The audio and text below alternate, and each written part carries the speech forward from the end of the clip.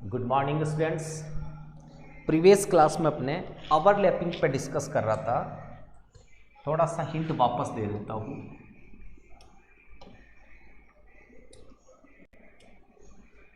Overlapping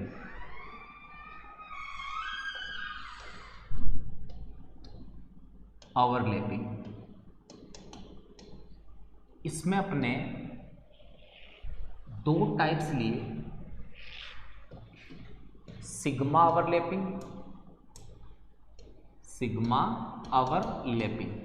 and pi overlapping.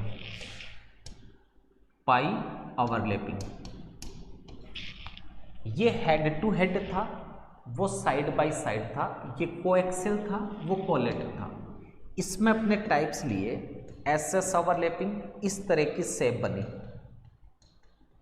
SP overlapping, SP इस तरह की शेप बनी थी। ये तो एसएस के सेम बना था, ये एक छोटी सी लॉब थी। पीपी एक्सियल, इसमें ये तो सेम था जैसा एसएस में था, और दो छोटी लॉब्स आएगी। ये पीपी एक्सियल था, पीपी कोएक्सियल था। नेक्स्ट अपने इसमें पढ़ा था पीपी कोलेटरल और साइड बाय साइड। इसमें इस तरह की शेप बनी थी। इसमें दो जगह थोड़ा थोड़ा सा हल्का हल्का ओवरलैपिंग दो जगह हुआ। यहाँ पाई बॉन्ड बना, यहाँ हर जगह पे कौन सा बॉन्ड बना था? Sigma bond. सिग्मा बॉन्ड की स्ट्रेंथ हमेशा पाई बॉन्ड से ज़्यादा होगी। Sigma bond strength always greater than pi bond. अब इनके एग्जाम्पल भी समझेंगे आज अपने। एक आगे टॉपिक आएगा अपने हाइब्रिडाइजेशन, समझना ध्यान से। आगे पढ़ेंगे, अभी देखना ही है केवल। sp hybridisation, sp2 hybridisation, sp3 hybridisation, और भी आगे आएंगे। इनमें परसेंटेज s करेक्टर की बात करें या परसेंटेज p करेक्टर की बात करें, इसमें p करेक्टर है 50%, इसमें p करेक्टर है 67%, इसमें p करेक्टर है 75%। कैसे फाइंड किया? p के ऑर्बिटल 3, टोटल 4 इंटू 100, 75%। s कितना हो जाएगा? 25%। अब समझना, स्ट्रेंथ ऑफ बॉन्ड की बात करें। स्ट्रेंथ ऑफ बॉन्ड ये डायरेक्ट प्रोपोर्शनल होती है percentage p character. p character जितना ज़्यादा होगा उतना ही स्ट्रेंथ ऑफ बॉन्ड ज़्यादा होगी। तो आपको इस तरह से बॉन्ड दिया, समझना। एसएस ओवरलैपिंग है, एसपी ओवरलैपिंग है, एसपी2 ओवरलैपिंग है, एसपी3 ओवरलैपिंग है, या एसपी3 में ओवरलैपिंग हुआ। सबसे स्ट्रॉन्ग बॉन्ड कहाँ बनेगा? तो यहाँ अपन बात कर रहे हैं, यहाँ हाइब्रिड ऑर्बिटल नहीं है, ये सबसे वीक होगा। फिर यहाँ हाइब्रिड ऑर्बिटल आ गया sp, बट p करेक्टर कम है तो इससे ज़्यादा, इसमें p ज़्यादा, और ज़्यादा, और ज़्यादा, या सबसे ज़्यादा। ये तो अपन बाद में डिस्कस करेंगे हाइब्रिडाइजेशन में। अभी केवल ओवरलैपिंग की बात कर रहे हैं, वो समझना। इन पे अभी ज़्यादा ध्यान मत देना। अब ओवरलैपिंग समझना। H2 N1 हेलोजन, X2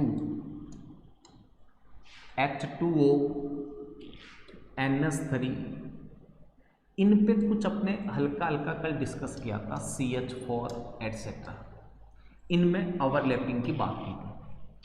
अब समझिए, अगर मैं O2 में ओवरलैपिंग लेता हूँ या N2 के अंदर ओवरलैपिंग लेता हूँ, O2 या N2, तब समझना कैसे होगी। O2 और N2 ध्यान से समझना। ऑक्सीजन कॉन्फ़िगरेशन क्या होगा? 1s2 2s2 2p4, 2p4 को ऐसे लिखता हूँ, 2px2 2py1 2pz1। ये सेकंड ऑक्सीजन एटम है मेरे पास। 1s2 2s2 2px2 2py1 2pz1 2pz1। अब समझना अनपेड इलेक्ट्रॉन कहाँ है, ये सेकंड सेल है, बैलेंस सेल है। इस बैलेंस सेल में चेक करना, ये मेरे पास में लॉन पेयर है, ये लॉन पेयर है, ये अनपेड इलेक्ट्रॉन, ये अनपेड इलेक्ट्रॉन। सेम सिचुएशन दूसरे ऑक्सीजन के पास में है। अब समझना अगर मैं px py एंड pz की बात करूं, ये एक दूसरे के परपेंडिकुलर होते हैं। कैसे होंगे? परपेंडिकुलर। जैसे 3 एक्सिस होती है, X axis, Y axis and Z axis, X axis, Y axis, Z axis. ये एंगल कितना है बेटा? 90 डिग्री। ये एंगल कितना? 90 डिग्री। और ये हॉल एंगल भी कितना? 90। अब ये सोचेंगे कि ये 90, फिर ये 90 कैसे हुआ? ये आपको 45 नजर आएगा। 3D स्ट्रक्चर का मतलब ये है, ऐसे मेरे पास एक्स एक्स है, ऐसे मेरे पास वाई एक्सिस है, ऐसे जेड एक्सिस है। इसका मीनिंग ये समझना, ये जेड एक्सिस है तो मैं इस एक्सिस और इस एक्सिस के बीच एंगल लेता हूं तो 90, मैं इस एक्सिस और इस एक्सिस के बीच लेता हूं तब भी 90, इसका मतलब सभी 90। तो यहां एक्चुअल में ये एक्सिस ऐसे नहीं है, एक्चुअल में ये ऐसे है, इस तरह से। अब समझना, अब जो ये वाला एंगल था 90, वो एक्चुअल में यहां है 90, ये वाला यहां है तो एक्चुअल में ये 90 है। तो ये थोड़ा सा समझना, ये एक दूसरे के परपेंडिकुलर है। एक को अपने न्यूक्लियर एक्स कंसीडर करते हैं जो एक्सिस के ऊपर हो। अब इसको समझना, अब मैं भी ये ऑर्बिटल्स ले रहा हूं, समझना P Y and P Z एक दूसरे के परपेंडिकुलर होंगे इस तरह से। ये मैंने पी वाई कंसिडर किया, ये मैंने पी जेड कंसिडर किया, पी जेड। ऐसी दूसरे के अंदर मैंने ये पी जेड कंसिडर किया और ये मैंने पी वाई कंसिडर किया। अब समझो, ये जो फर्स्ट बॉन्ड फॉर्म्ड हुआ ये हेड टू हेड ओवरलैपिंग से बना, इसका मतलब ये सिग्मा बॉन्ड है। First bond always sigma bond होगा। अब ये परपेंडिकुलर है तो ये पास नहीं आ सकते, दूर से ऐसे बॉन्ड फॉर्म्ड करेंगे इस तरह से। तो ये बॉन्ड कौन सा हो जाएगा? पाई बॉन्ड। फर्स्ट बॉन्ड कौन सा था? सिग्मा। सेकंड बॉन्ड कौन सा हुआ? पाई bond. First bond always sigma होगा अकॉर्डिंग टू वीबीटी। बाद के जो बॉन्ड बनेंगे वो कौन से बनेंगे? पाई। इसका मतलब यहां स्ट्रॉन्ग अट्रैक्शन फोर्स लगा है, यहां उतना स्ट्रॉन्ग नहीं लगा। सिग्मा बॉन्ड पाई बॉन्ड से स्ट्रॉन्ग होगा। ये स्ट्रक्चर इसके आई समझना, ओ डबल बॉन्ड ओ। इसके पास S में एक लोन पेयर था, 2S में, एक 2px में लोन पेयर था, सेकंड में भी एक S में लोन पेयर था, एक px में लोन पेयर था। ये एक सिग्मा बॉन्ड बना, एक पाई बॉन्ड बना। ऐसी में N2 की बात करूं, समझना N2 यही ले लेता हूं।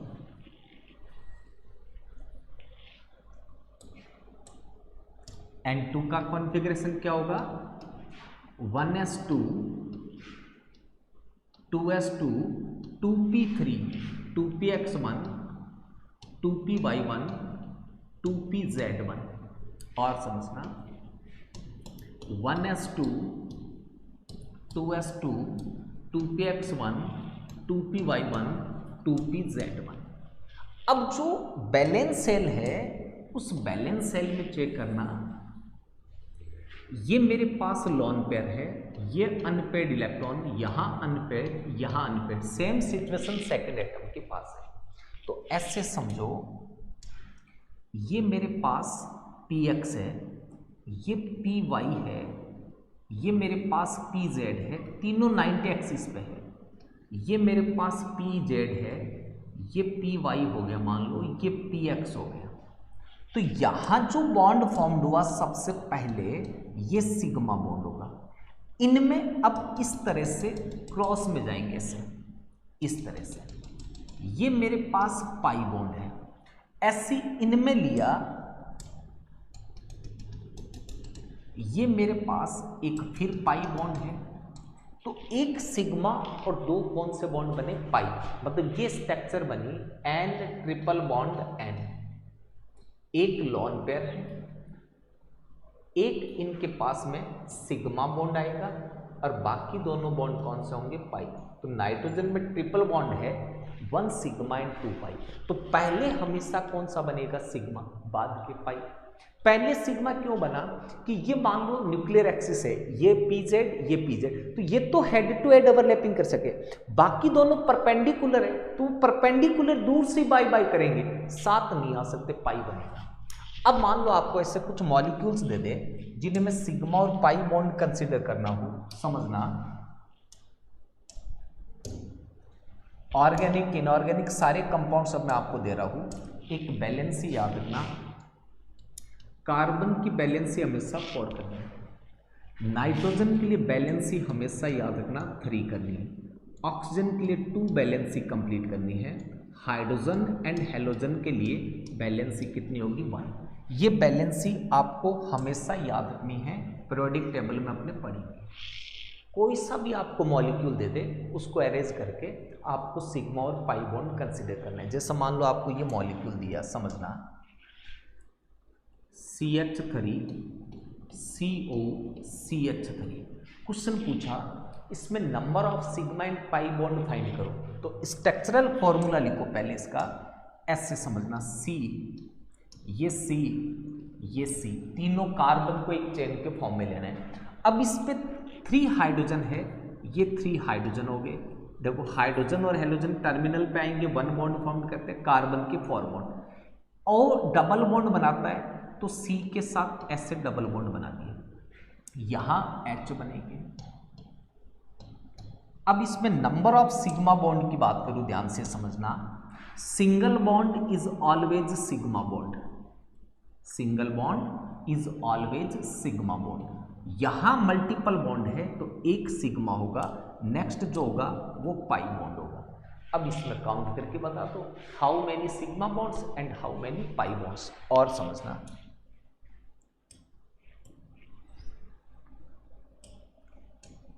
ये मॉलिक्यूल आपको गिवन है NC C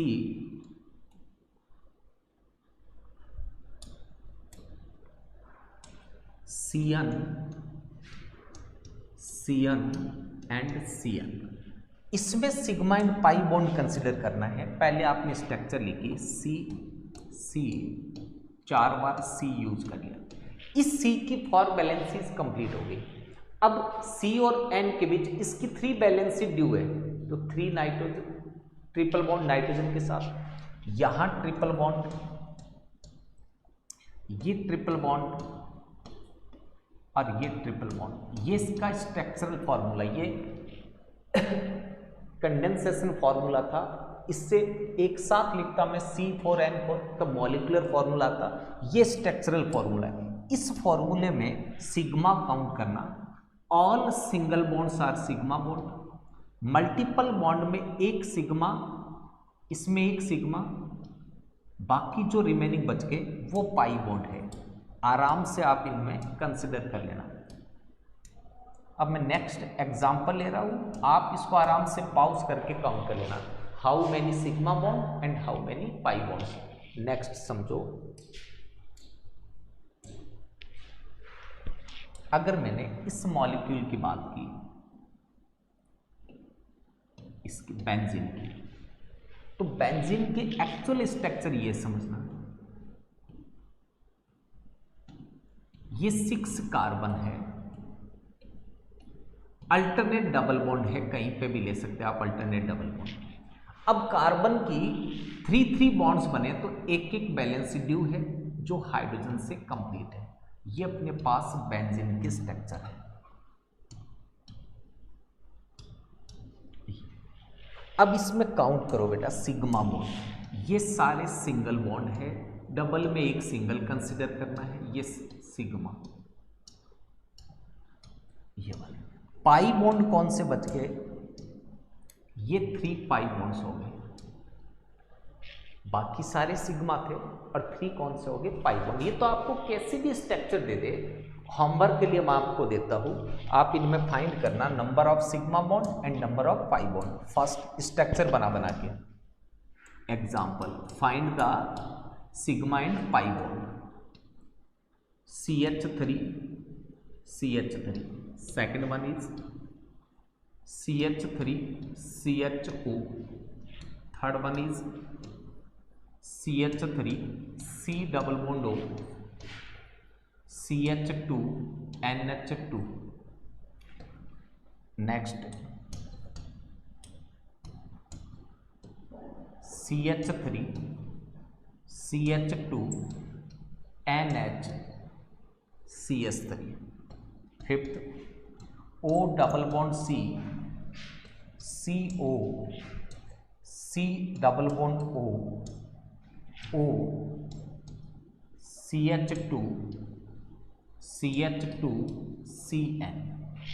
इनमें आप sigma and pi bond find करना। नॉर्मल एग्जाम दिया, आपको ज़्यादा घबराने की जरूरत नहीं, 11th-12th पढ़ोगे तब तक आपको इनके सबकी स्ट्रक्चर आने लग जाएगी, तो कंपटीशन से पहले तो आपको सिग्मा एंड पाई बॉन्ड पता चल जाएगा कैसे करना है। तो अब बात वापस समझना मेरी,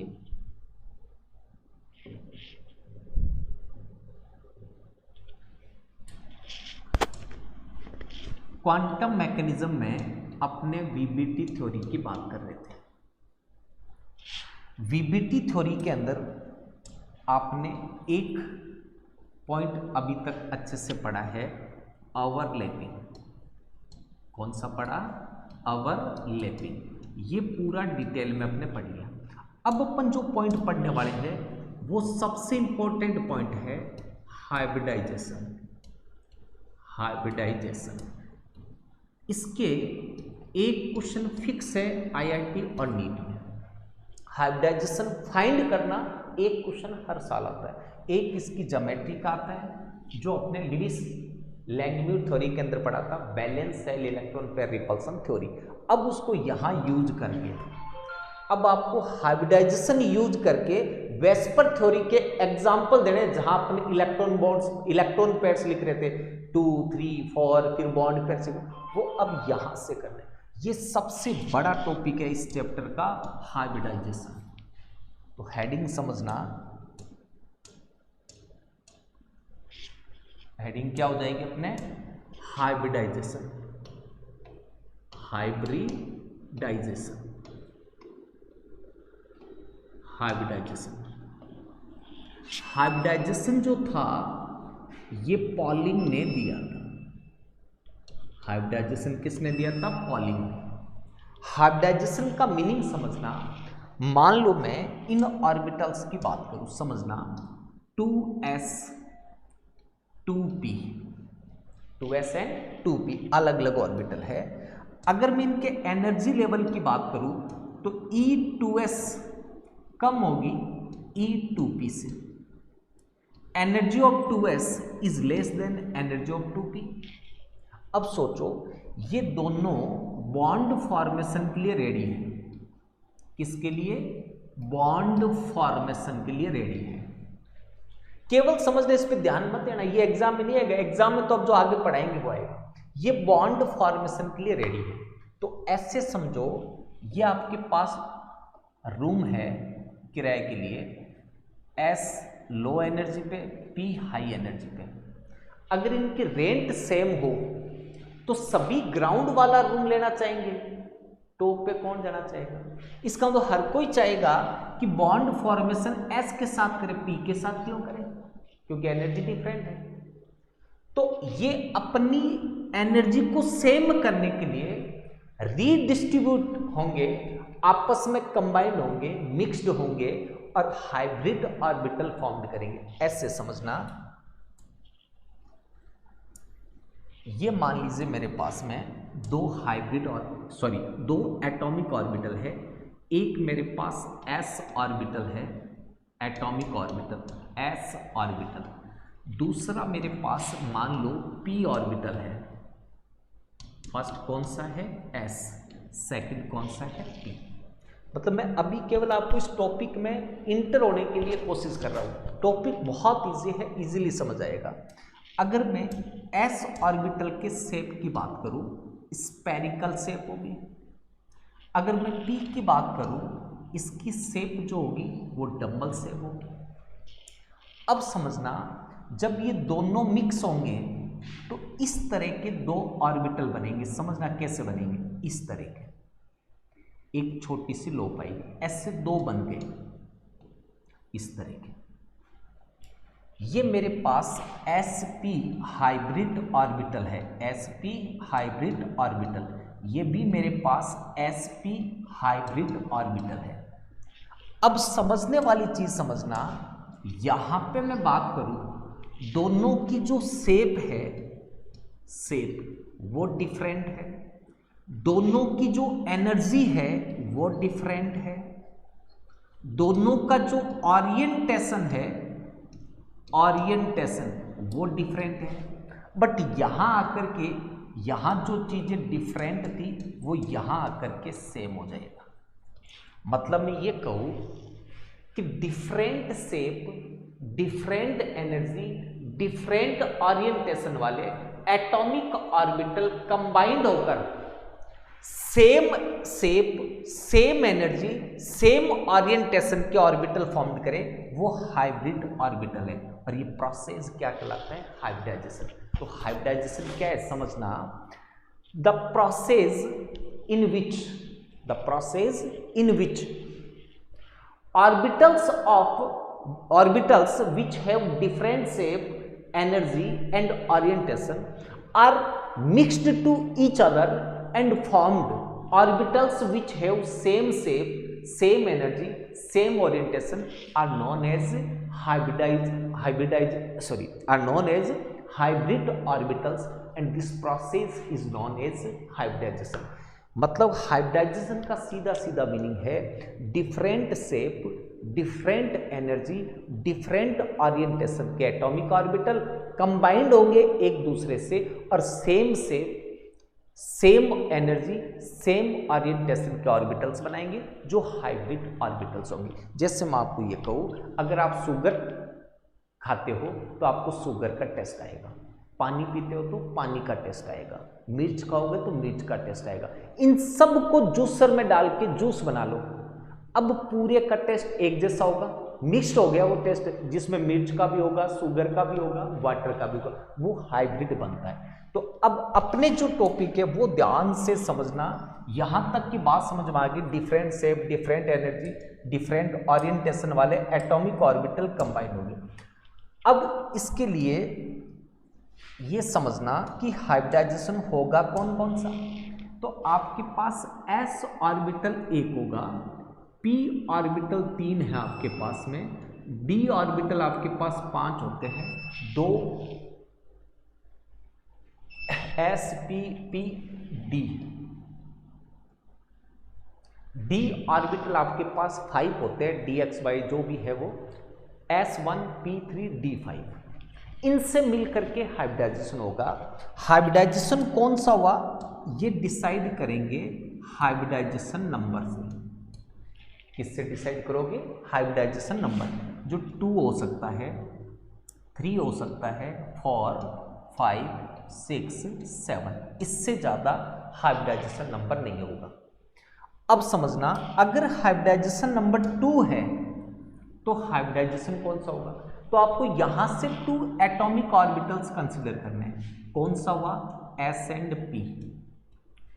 अगर मैं 3 की बात करूं तो यहां से यहां तक कंसीडर कर लो, 1 time s 2 time p, sp2।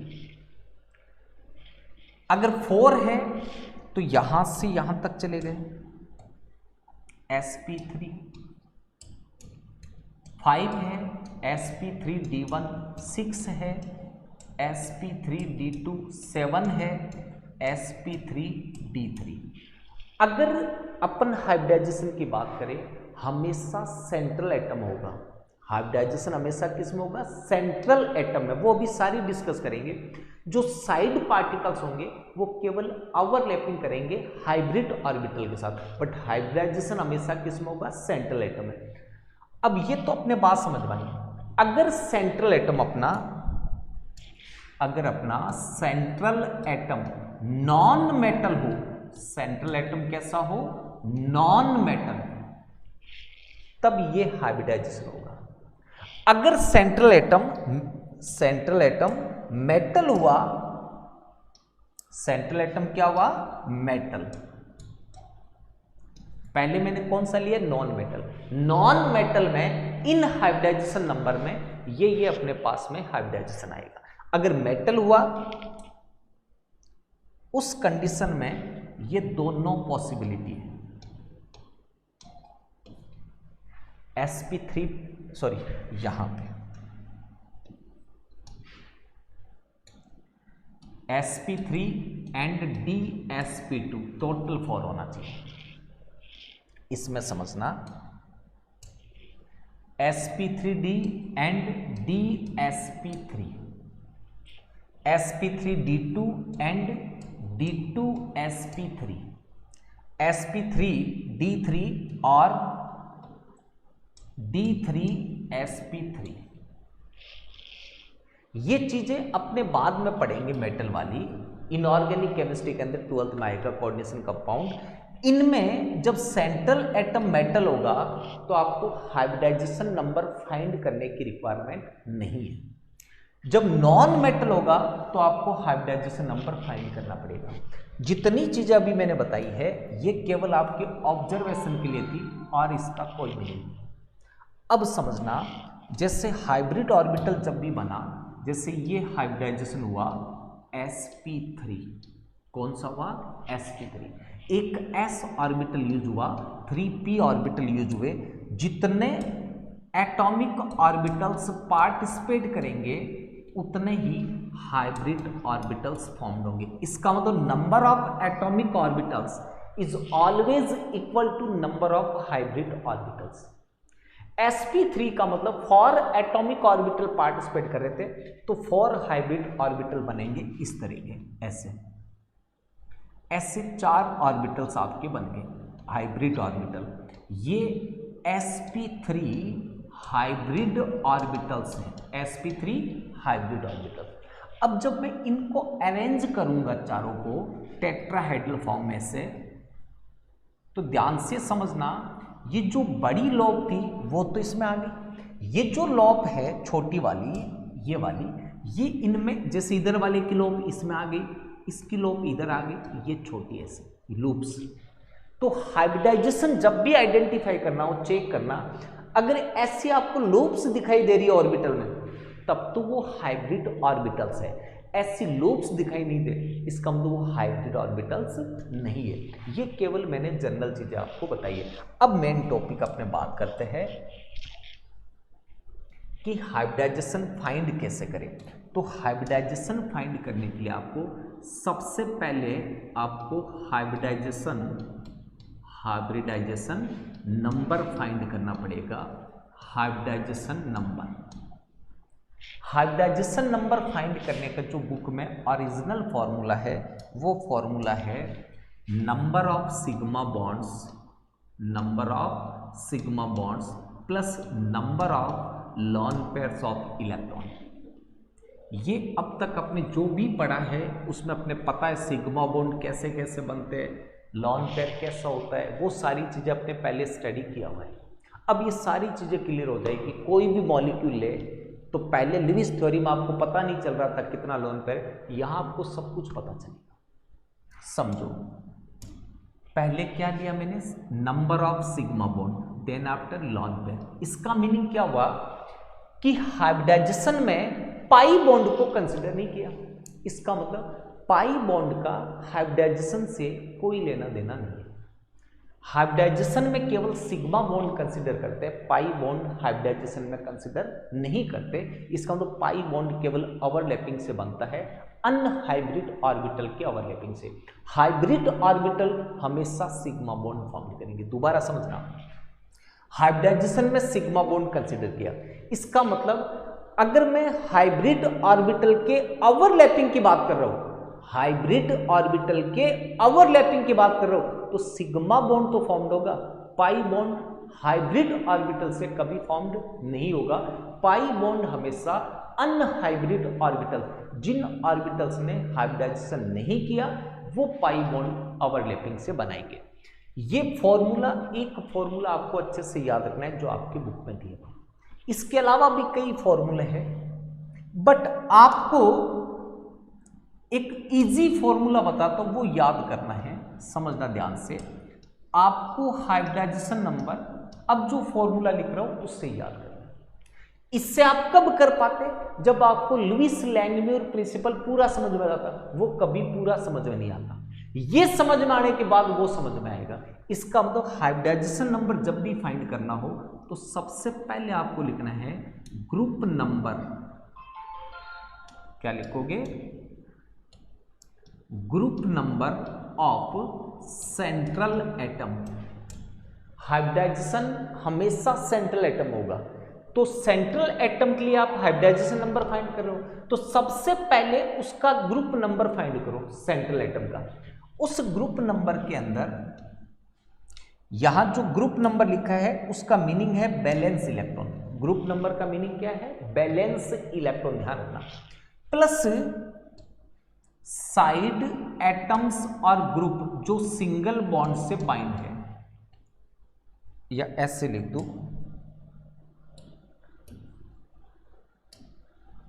Single bonded atoms और groups plus minus charge upon 2। Check करो क्या फॉर्मूला बना। Hybridisation number is equal to group number of central atom plus single bonded atom और group plus minus charge upon 2। एक बार दोबारा इसको अच्छे से लिख देता हूं, बोर्ड पे आपको सही दिख जाए। Hybridisation number is equal to group number of central atom plus single bonded atoms और groups plus minus charge upon 2। इसमें मल्टीपल बॉन्डेड को कंसिडर नहीं करना है, केवल सिंगल बॉन्डेड को कंसिडर करना है। ये अपने बनाए हुए फॉर्मूले हैं, बुक में नहीं मिलेंगे, बुक में यही फॉर्मूला मिलेगा। इसके अलावा भी फॉर्मूले हैं, आज केवल आपको फॉर्मूले देखने हैं। ये केवल 2 फॉर्मूले याद करने, एक ही है।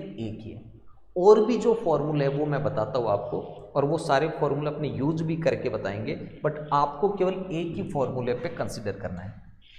अपनी ये फॉर्मूला भी कर सकते हैं, hybridisation number is equal to V minus 8B upon 2 plus B। Hybridisation number is equal to V minus 8B upon 2 plus B। B का मतलब है minimum number of bonds. Minimum number of bonds का मतलब है, जैसे मैंने ये molecule लिया AB3, कौन सा मॉलिक्यूल लिया? AB3। तो इसमें स्ट्रक्चर कौन कौन सी हो सकती है समझना।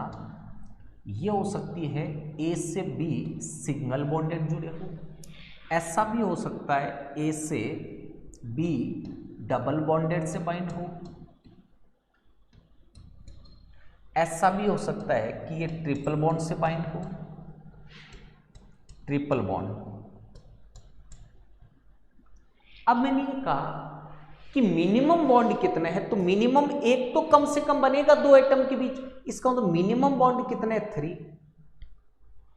इसमें ज्यादा बना लिए, इसने ज्यादा बना लिए, बना लो, लेकिन मिनिमम कितने चाहिए इसको आप ऐसे समझो। ये मान लीजिए आपके पास कोई पेड़ है, ट्री है, इस पे 3 बुफलास को बांधना है या 3 गाय को बांधना है, तो आप क्या करोगे, मिनिमम आपको कितने रोप्स, कितने रस्से चाहिए, 3। मिनिमम कितने चाहिए, 3। जितने रस्सों से बांधा वो सारे सिग्मा बॉन्ड है 3 के 3। अब कोई कहे कि नहीं मेरे वाला जो बुफलो है उसकी स्ट्रेंथ ज्यादा है, ताकत ज्यादा है, वो एक रस्से को तोड़वा देगा। आपने उसको 3 रस्सों से बांध दिया, इसने 2 से बांध दिया, इसने 4 से बांध दिया। तो अब ये समझो जब मल्टीपल बॉन्ड बने तो फर्स्ट सिग्मा था, बाकी सारे पाई बॉन्ड होंगे। ये 2 पाई बॉन्ड है, ये पाई बॉन्ड है। इसका मतलब सिग्मा बॉन्ड कितने मिले कि जितने बुफलोज थे उतने ही सिग्मा बने। अगर 10 बुफलो है तो 10 मिनिमम सिंगल बॉन्ड बनेंगे, 10 रस्से चाहिए। अब कोई 5-5 से बांध दे या 10 से, वो अलग बात है। तो ये होता है मिनिमम नंबर ऑफ बॉन्ड्स। तो अब मैं कुछ एग्जांपल देता हूँ, फटाफट उनके मिनिमम नंबर ऑफ बॉन्ड्स बोलना। और मिनिमम नंबर ऑफ बॉन्ड जो होते हैं वो सिग्मा बॉन्ड कहलाएंगे। मिनिमम बॉन्ड क्या कहलाएंगे, सिग्मा बॉन्ड। पाई बॉन्ड का हाइब्रिडाइजेशन से कोई लेना देना नहीं है। तो इसमें समझना AB2, AB4, AB3, AB2C2,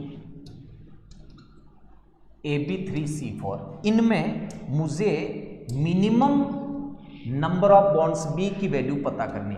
तो यहां B इज इक्वल टू आएगा 2, यहां B इज इक्वल टू आएगा 4, यहां B इज इक्वल टू आएगा 3 जो सेंट्रल एटम से बाइंड है, यहां B इज इक्वल टू आएगा 4, यहां B इज इक्वल टू आएगा 7। ये दोनों मिलाकर